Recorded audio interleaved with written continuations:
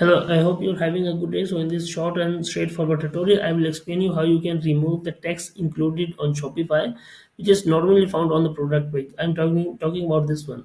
So you don't have to hide any developer for this simple task.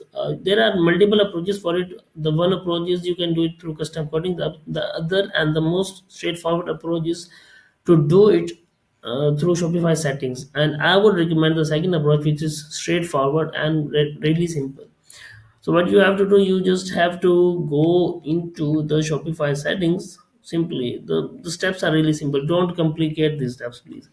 So once you open the settings, and then you have to click on taxes and duties, and you will see the list of all the countries regarding the regional settings. You have to ignore these settings for this tutorial. Okay, we will explain it later on in some other video.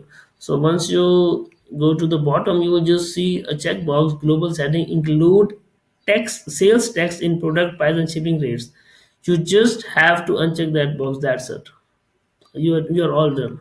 So just click on save, and make sure to refresh multiple times. Sometimes the cache, due to cache issue, the text is not removed. So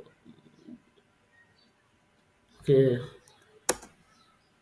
I'm not pausing the video just to make sure that just to show you that sometimes there is the cache issue. And as you can see that the text included has been removed.